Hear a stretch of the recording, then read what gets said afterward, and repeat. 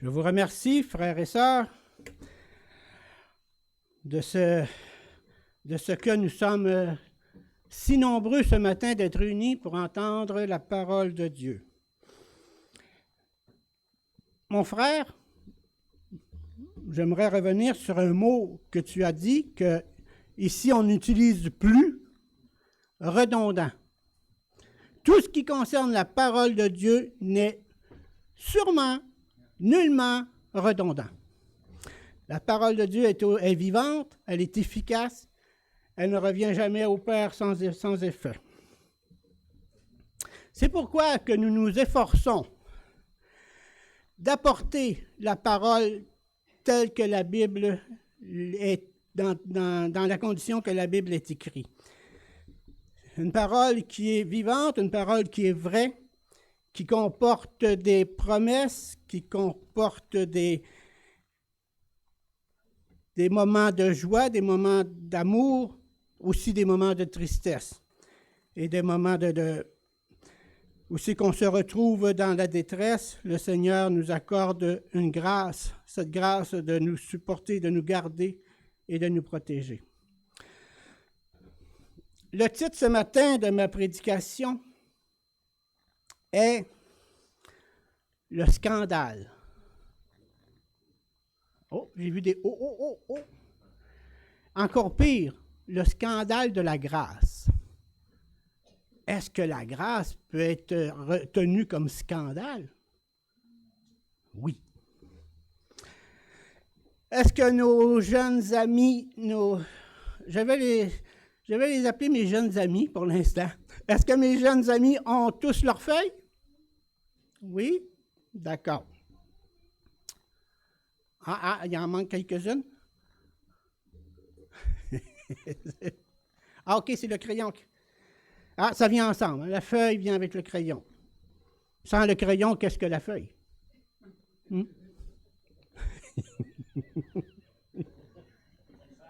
C'est sage, hein? Bon, on m'a dit d'arrêter de dire des niaiseries puis m'en tenir à mon texte. Tournez dans la parole de Dieu ce matin, dans le livre de Marc. Nous allons lire Marc 2, 13 à 17. D'ailleurs, le titre de ce chapitre, de ces quelques versets, c'est la vocation de Lévi.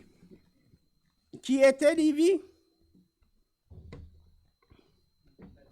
Matthieu.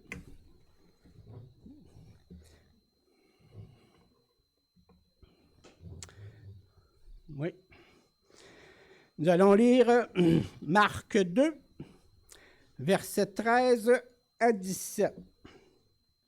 Mais tout d'abord, permettez-moi de remettre ce temps au Seigneur. Seigneur Tout-Puissant, toi, Seigneur, qui dirige toutes choses, tu vois, Seigneur, ce matin, ces âmes réunies pour apprendre de ta parole, pour que l'on puisse, Seigneur, marcher selon ta volonté. Nous devons plonger les regards dans cette parole merveilleuse. Tu nous l'as donnée pour que nous puissions justement être en accord et marcher selon ce que tu attends de nous. Seigneur, comme tu es grand, comme tu es merveilleux, dans ta grâce infinie, tu as envoyé ton Fils Jésus mourir sur la croix pour moi, moi qui ne méritais rien, moi qui étais le pire des pécheurs, et pourtant, ton amour inconditionnel a fait que tu t'es sacrifié pour moi.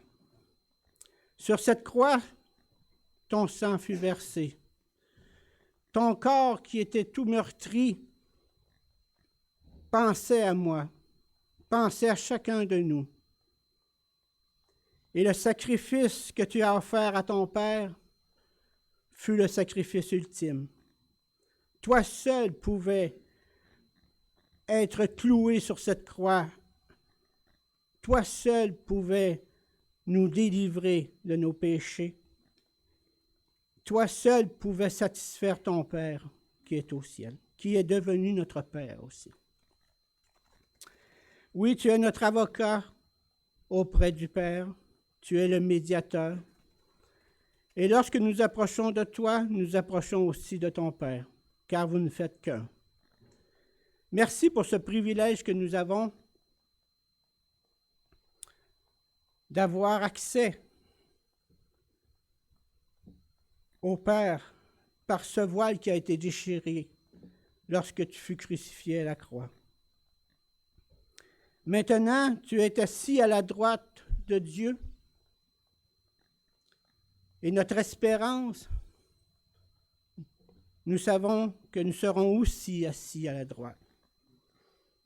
Car étant le premier de toutes choses, il y aura beaucoup d'élus qui viendront s'asseoir aux côtés de toi, Seigneur. Beaucoup te loueront, t'adoreront pour l'éternité. Et nous te remercions, Seigneur. Nous te remercions pour cet amour, pour cette grâce, toi qui es le Dieu Tout-Puissant. Amen.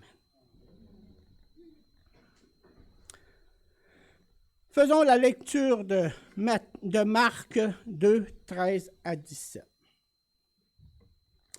Jésus sortit de nouveau du côté de la mer. Toute la foule venait à lui et il les enseignait. En passant, il vit Lévi, fils d'Alphée, assis au bureau de payage, et lui dit, « Suis-moi. » Lévi se leva et le suivit. Comme Jésus était à table dans la maison de Lévi, beaucoup de publicains et de gens de mauvaise vie se mirent aussi à table avec lui et avec ses disciples, car ils étaient nombreux et ils l'avaient suivi. Les scribes et les pharisiens, le voyant manger avec les publicains et les gens de mauvaise vie, dirent à ses disciples, « Pourquoi mange-t-il et boit-il avec les publicains et les gens de mauvaise vie? » Ce que Jésus ayant entendu, il leur dit, « Ce ne sont pas ceux qui se portent bien qui ont besoin de médecins, mais les malades. Je ne suis pas venu appeler les justes, mais des pécheurs. » Ce texte, ce matin, nous rappelle combien la grâce du Seigneur est grande, combien qu'il n'y a pas de limite à cette grâce merveilleuse.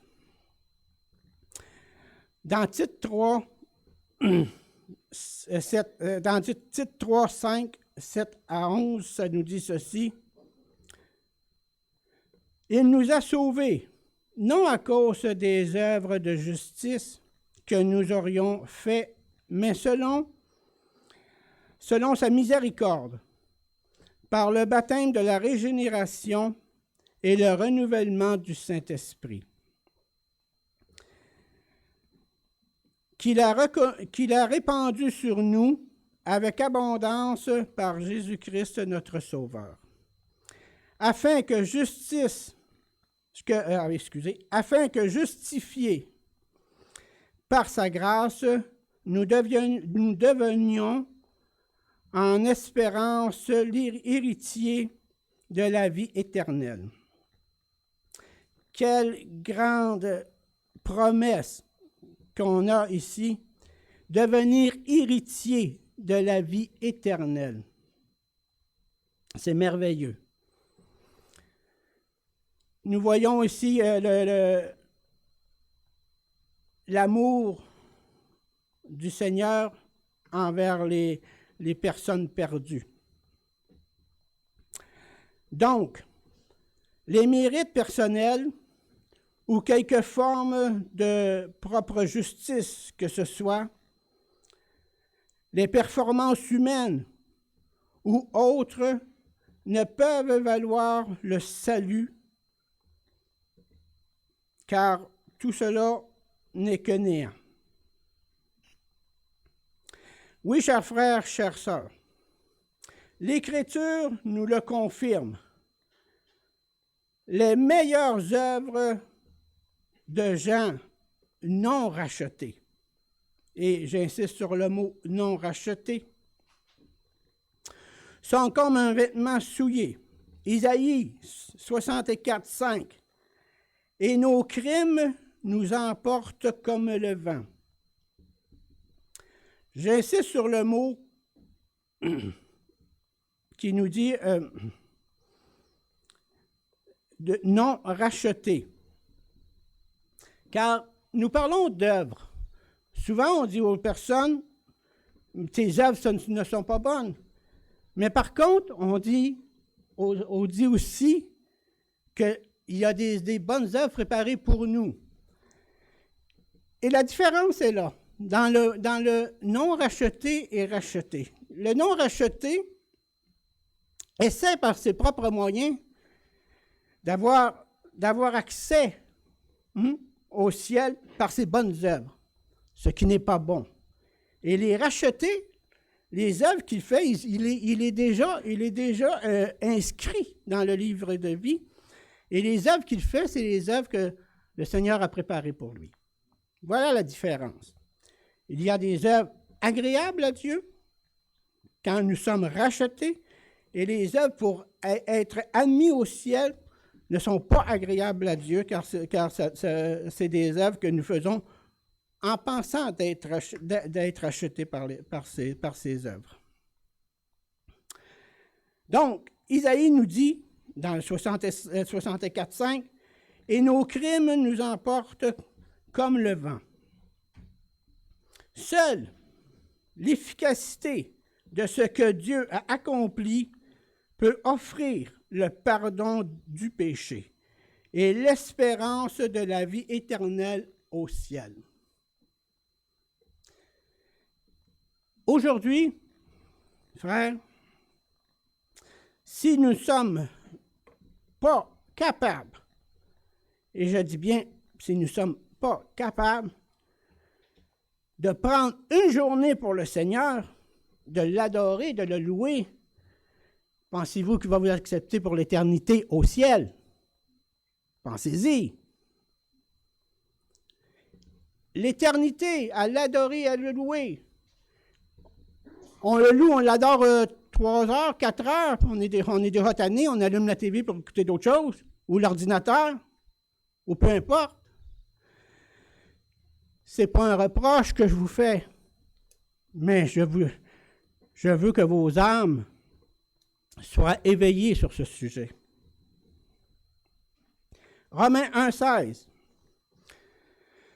Sous le titre de la justice par la foi, nous déclare ceci. Car je n'ai point honte de l'Évangile, c'est une puissance de Dieu pour le salut de quiconque croit, du juif premièrement, puis du grec. Ce que les êtres humains, ce que les êtres humains pécheurs, là je ne suis plus dans le texte biblique, ce que les êtres humains pécheurs n'auraient jamais pu accomplir par leur propre effort, Dieu l'a fait. Comment? Comment l'a-t-il fait? En envoyant son Fils comme sacrifice pour le péché. Comme j'ai dit dans ma prière, c'était le seul moyen qu'il y avait pour être... c'était un sacrifice parfait. Ce sacrifice à la croix, il fallait un agneau parfait, sans tache, sans péché. Autrefois,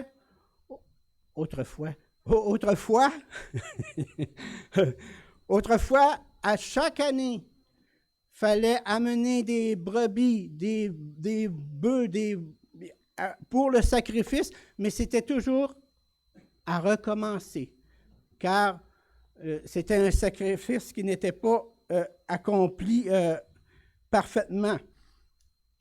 Le Seigneur a accompli parfaitement ce sacrifice pour nous, à la croix, et nos péchés furent effacés. quand on lui pense, quand on pense un peu à ce qu'il a fait pour nous, à ce sacrifice, ne vaut-il pas la peine qu'il soit dans nos vies le premier? Mérite-t-il cette place? Oui, amen. Le Seigneur nous donne, comment je pourrais dire, le Seigneur nous a donné par ce sacrifice d'avoir part à l'héritage. Le salut que nous avons obtenu, c'est par grâce, par sa miséricorde, par sa bonté. Jean 3,16 dit ceci, « Car Dieu a tant aimé le monde, qu'il... »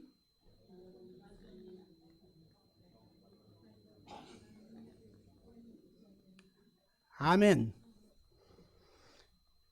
Mon cœur est joyeux de savoir que vous connaissez ce verset. Mon cœur vient de...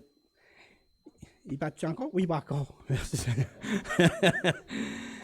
Oui, quel beau verset. Car Dieu a tant aimé le monde qu'il a donné son Fils unique, afin que quiconque croit en lui ne périsse point, mais qu'il ait la vie éternelle. Croire en lui, regarder au Seigneur, c'est la foi. Croire et regarder, c'est la même chose. Le Seigneur est tout-puissant, il est là, il nous garde, il nous protège. Le message de l'Évangile s'articule autour de cette vérité, frères et sœurs. Revenons à notre passage de ce matin, Marc 2,15. Comme Jésus étant à table dans la maison de Lévi, beaucoup de publicains et de gens de mauvaise vie se mirent aussi à table avec lui et avec ses disciples, car ils étaient nombreux et ils l'avaient suivi. Et dans mon grand regret, je dois vous dire que j'ai eu beaucoup, la même réaction que je vais vous lire ici, il y a mercredi passé. Il m'a imaginé quel scandale que les Juifs et les pharisiens voyaient Jésus manger avec des publicains. Ça se fait pas. Qu'est-ce qu'il fait là? Mais j'ai eu la même pensée mercredi passé, parce que quand on est descendu du camion, on me stationne là le mercredi, quand on est descendu du camion, il y a un monsieur qui passait. Mais vraiment mal habillé, puis tout croche, puis en tout cas, il n'avait pas de l'air propre de sa personne. Puis ma femme qui est au ramenante, elle dit bonjour. Moi, je n'ai pas vraiment osé dire bonjour. Je dis, tabarouette, as-tu vu comment il t'a manché? Elle dit bonjour, puis elle commence la conversation avec. Puis je me suis rendu compte que j'étais vraiment un pharisien. Je me suis fié à sa tenue, je me suis fié à ce qu'il ressemblait. Là, après, je me suis rétorqué, puis là, je lui ai dit bonjour, puis on a parlé un peu ensemble. Mais sur le coup, là, je ne voulais pas aller vers lui pantoute. C'était pas un homme qui m'attirait. Mais par contre, le Seigneur aussi, dans son humanité, n'était pas un homme qui attirait les regards. Et c'est marqué dans la parole. Et puis j'ai fait mon pharisien, je l'avoue.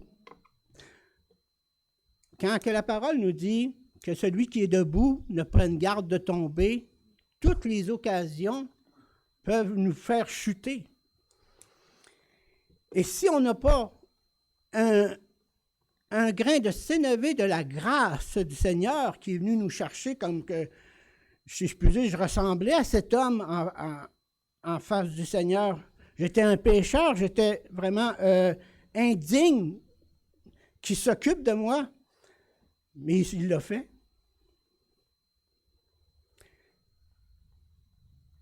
Je vous l'avoue que sur le coup, je me suis senti, j'y parle pas. Écoute, tu vois comment il t'a mangé? On va y parler. C'est par la douceur et l'amour de ma femme pour les êtres humains que ça m'a donné l'envie d'aller y parler. Et je le regrette et j'ai demandé pardon au Seigneur de ce geste que j'ai fait d'avoir regardé à l'apparence et non au cœur. Et les pharisiens ici, c'est qu'est-ce qu'ils font? Comment ça se fait qu'ils mangent puis qu'ils boivent avec eux? Ça n'a pas de bon sens. On connaît la loi, on sait comment ils sont. Hein? Pourquoi mange-t-il avec eux? Lui qui fait des miracles, qui nous incite à suivre ses commandements, qu'est-ce qu'il dit? Puis là, il mange avec les pharisiens, les publicains. Incroyable. Mais, ceux qui s'objectent, s'ils pouvaient se rendre compte de ce que c'est d'être perdu, ils changeraient d'opinion, ils changeraient d'à propos. Voyez-vous, le péché, d'un sens, je vais vous donner une image qui m'a été suggérée dans un livre, non? Mais c'est une image très, très, très forte.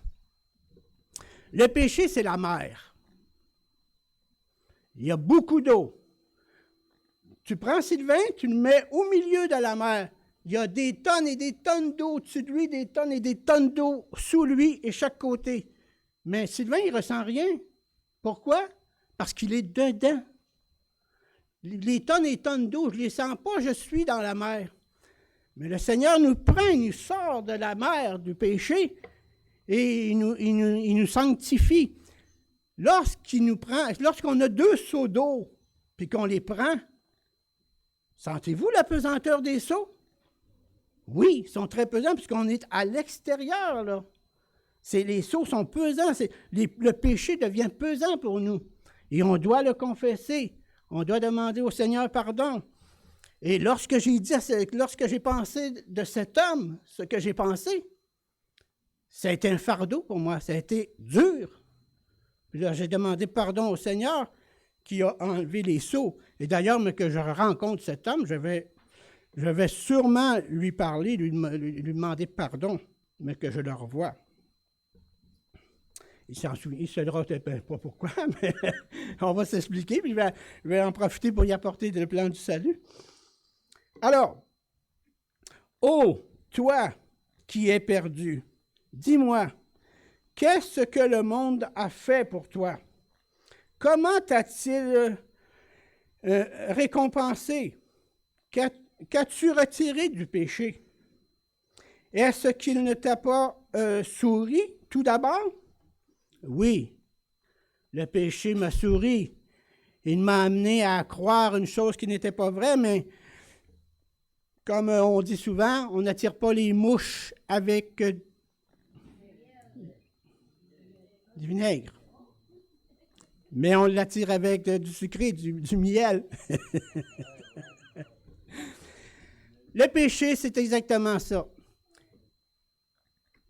Il embellit les choses. Tout comme le serpent a fait à Ève, il l'a amené à penser autrement ce que Dieu lui avait dit. T'a-t-il réellement dit ça? Ben oui, il m'a dit de manger tous les arbres du jardin, mais pas celui-là. Ah, quand il a vu que sa technique ne marchait pas, là, il a continué. Oui, mais si tu en manges, tu vas devenir comme lui, tu vas savoir le bien puis le mal, puis vous allez être des dieux. Ne discutons pas avec le péché. Tournez-lui le dos. Virez-vous vers le Seigneur et réfugiez-vous dans ses bras. Amen. Là, ça fait une demi-heure que je suis sorti de mon texte. Je le dirai dans 2 semaines. Mais lorsque ces manigances ne marchent plus, lorsque le Seigneur nous donne la sagesse et la compréhension de comprendre ce que le péché veut faire avec nous, alors là, il nous abandonne. Le péché nous abandonne et c'est merveilleux parce que c'est le Seigneur qui reprend le relais.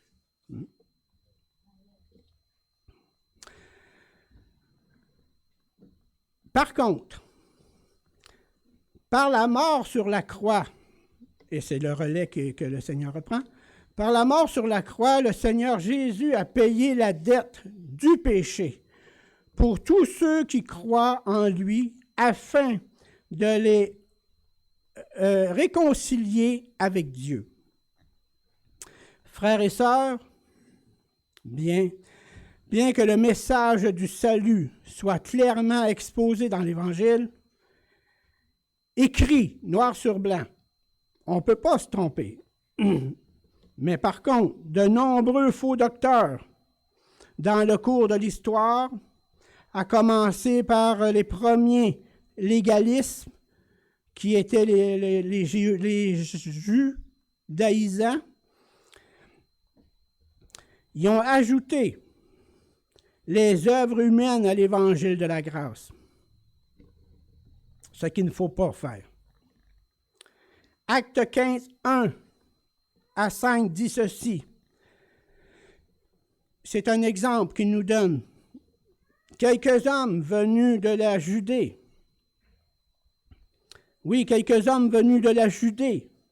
enseignaient les frères en disant, « Si vous n'êtes circoncis selon le rite de Moïse, vous ne pouvez être sauvés. » Paul et Barnabas eurent avec eux un débat et une vive discussion. Et les frères décidèrent que Paul et Barnabas et quelques-uns des leurs monteraient à Jérusalem vers les apôtres et les anciens pour traiter cette question. Après avoir été accompagnés par l'Église, ils poursuivirent leur route à travers la Phénicie et la Samarie, racontant la conversion des païens. Et ils causèrent une grande joie à tous les frères. Arrivés à Jérusalem, ils furent reçus par l'Église Arrivés à Jérusalem, ils furent reçus par les apôtres et les anciens. Ils racontèrent tout ce que Dieu avait fait avec eux. Alors, quelques-uns du parti des pharisiens qui avaient cru se levèrent et dirent qu'il fallait circoncire les païens et exiger l'observation de la loi de Moïse. Remarquez qu'il dit qu'ils avaient cru. Est-ce une mauvaise compréhension qu'ils avaient ou si c'était leur bagage de... Comment je pourrais dire? Leur bagage de qu'est-ce qu'ils avaient appris auparavant dans la Torah et dans l'Ancien Testament. Ils crurent en Jésus, mais par contre, ils gardaient le focus sur ce qu'il fallait absolument qu'ils soient circoncis. D'ailleurs, Paul rappelle que ce n'est pas cette circoncision qui compte, mais c'est la circoncision du cœur. Voyez-vous, bien-aimés, les œuvres d'auto-justification sont incompatibles avec l'œuvre de la grâce de Dieu. L'œuvre de la grâce de Dieu dans le pardon divin. Notre texte de Marc, au verset 16, dit « Les scribes et les pharisiens, le voyant manger avec les publicains et les gens de mauvaise vie, dirent à ses disciples, « Pourquoi mange-t-il et boit-il avec les publicains et les gens de mauvaise vie? » La réponse se trouve au verset suivant. « Je ne suis pas venu appeler les justes, mais des pécheurs. » Quel scandale de la grâce! Il ne suit pas les lois de Moïse. Il mange avec les infidèles. Les pharisiens, ils avaient tendance à tout centrer sur eux-mêmes. Ils aimaient prier au coin des rues pour que le monde les voie. Les premières places dans les assemblées, c'était pour eux. Ils avaient une estime de soi vraiment... oui. une très haute estime de soi. Et c'est pourquoi l'amour que Jésus donnait à ce moment-là à ces gens, à Matthieu et à tous les gens qui étaient assis à table, ils ne pouvaient pas le comprendre. Ça leur était... ils n'avaient pas connaissance de ce que Jésus faisait à ce moment-là. Romains 11, 6. Or, si c'est par grâce, ce n'est plus par les œuvres. Autrement, la grâce, ce n'est plus une grâce. Et si c'est par les œuvres, ce n'est plus une grâce. Autrement, l'œuvre n'est plus une œuvre. Romains 3, 17. Or, nous savons que tout ce... Excusez, c'est Romains 3, 19. Or, nous savons que tout ce que dit la loi, elle le dit à ceux qui sont sous la loi, afin que toute bouche soit fermée et que tout le monde soit reconnu coupable devant Dieu. Le verset 17 de Marc 2 dit ceci. « Ce que Jésus ayant entendu, il leur dit, « Ce ne sont pas ceux qui se portent bien qui ont besoin de médecins. » On est revenu à Marc 2, 17.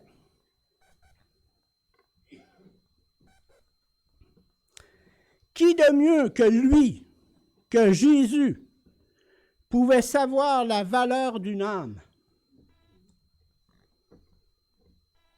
Bien-aimés, tous les douleurs du monde, l'angoisse des deuils au cours des siècles qui sont venus, toutes les souffrances des grandes guerres et toute la torture des innombrables cœurs brisés ne peuvent se comparer, même pas un instant, même pas un moment, avec l'affreuse misère d'une âme perdue. On vous parle souvent qu'il y a un ciel, mais qu'il y a aussi, entre guillemets, parce que le mot n'est pas dans la Bible, un enfer. Un endroit où l'âme va souffrir. La gêne, oui. C'est cet endroit que nous voulons, c'est cet endroit que lorsque le Seigneur est venu sur la terre et qui a prêché la parole pour faire connaître son Père, c'est cet endroit que personne ne veut aller. Mais il y a un chemin. Le seul chemin qu'il y a, il n'y en a pas plusieurs, là. Il y en a un seul. Le connaissez-vous? Exact. Je suis le chemin, la vérité et la vie. Nul ne vient au Père que par moi. Et lorsqu'il dit par moi, c'est Jésus qui parle. Pour moi.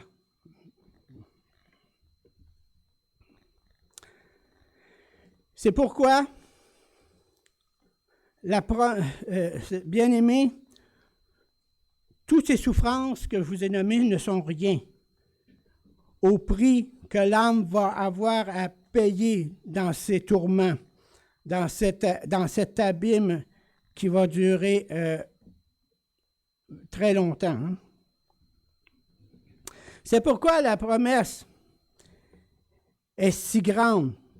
Jacques 5,20 dit ceci, « Qu'il sache que celui qui ramènera un pécheur de la voie où il s'était égaré, sauvera un âme de la mort et couvrira une multitude de péchés. » Proverbe 10,12, « La haine excite des querelles, mais l'amour couvre toutes les fautes. »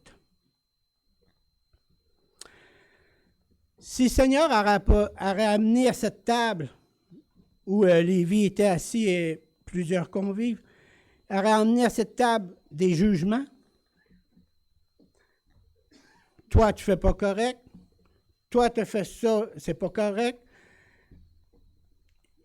Je ne crois pas que l'amour aurait été très élevé. Parce que lorsque tu amènes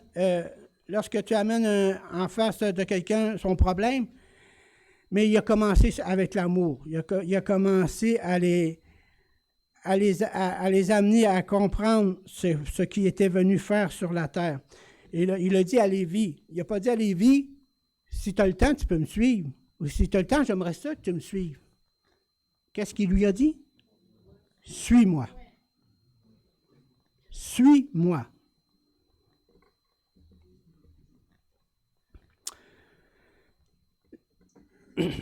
Proverbe 10,12, la haine, ça je l'ai lu, excusez. Le Fils de l'homme est venu chercher et sauver ceux qui étaient perdus.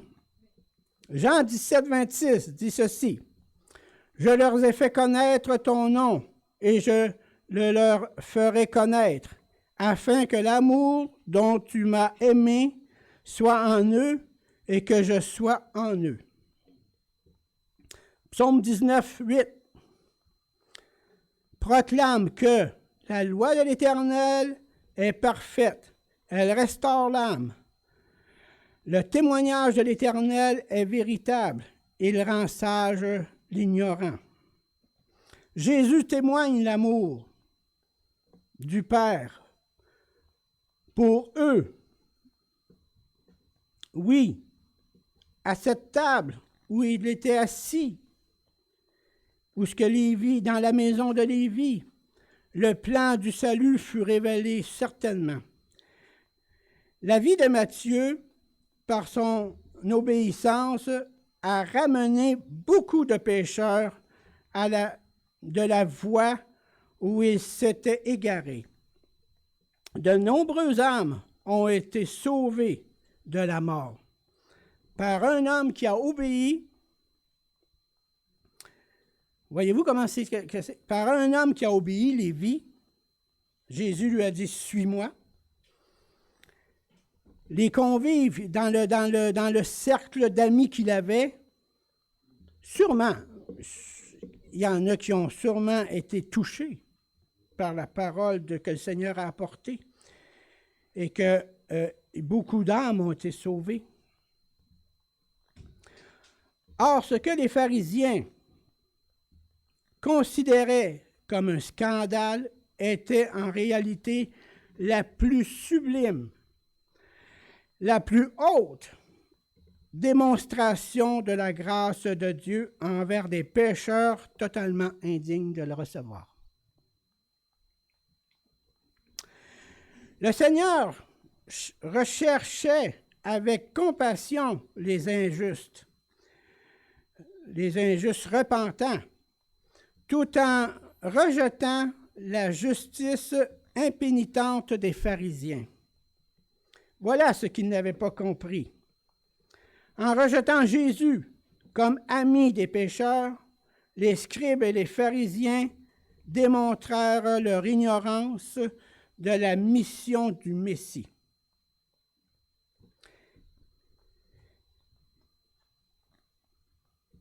Il cherchait les pécheurs repentants pour les amener dans la gloire de son Père. Le pardon n'est pas pour ceux qui sont assez bons pour le mériter, mais pour ceux qui savent qu'ils ne le sont pas. Reconnaître qu'on est pécheur, là, commence. Si tu ne reconnais pas que tu es pécheur, il n'y a pas grand espoir pour toi. Mais pour ceux qui savent qu'ils ne le sont pas, c'est ça, je l'ai dit. Bon. Sa repentance, se repentir est une grande grâce du Seigneur qui nous met à cœur par la foi de venir à lui. Oui, la foi dans le Seigneur. On en a parlé la semaine passée de la foi. Hein? Le scandale de la grâce est que Dieu sauve ceux qui ne le méritent pas. Romains 5, 6 à 11, je crois qu'on l'a lu tantôt. Non, c'est pas ça qu'on a lu tantôt sur le verset. On avait lu Romains 5, mais ça. OK. Romains 5, 6 à 11. Voici ce que dit. Quelle heure qui est là? OK.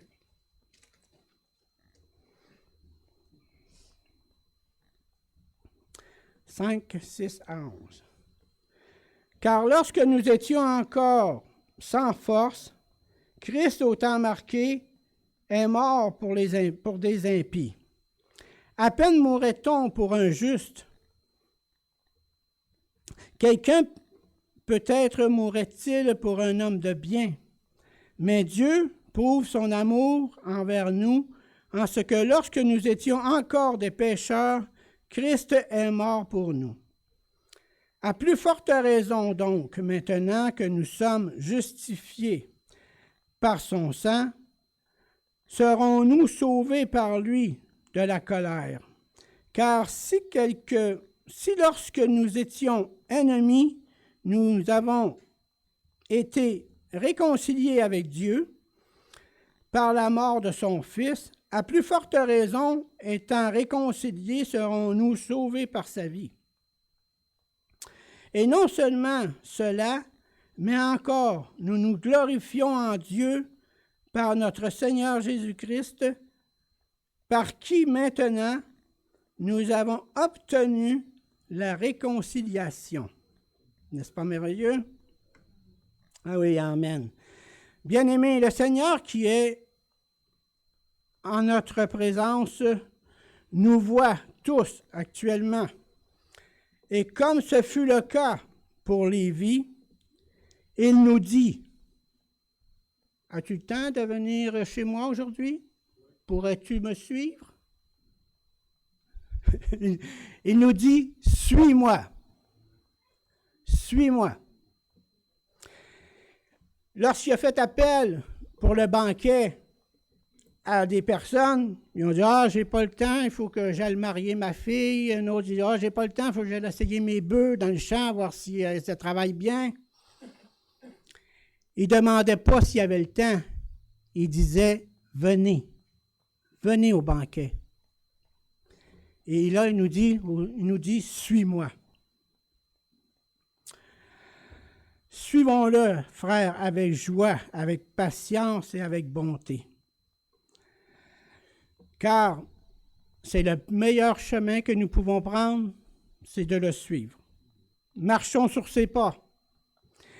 Ayons en nous cette grâce qu'il a eue envers les autres.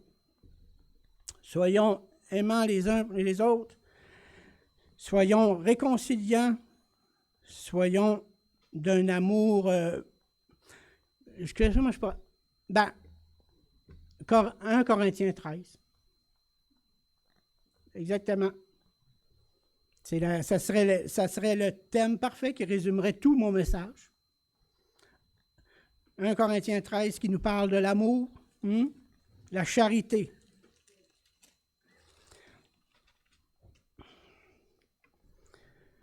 Quand je parlerai le langage des hommes et des anges, si je n'ai pas la charité, je suis un airain qui résonne, ou une cymbale qui retentit.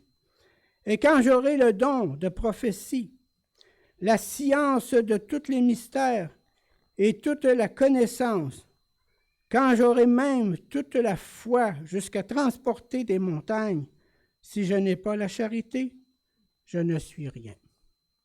Amen. Seigneur Tout-Puissant, nous te remercions, Seigneur, pour ta parole merveilleuse.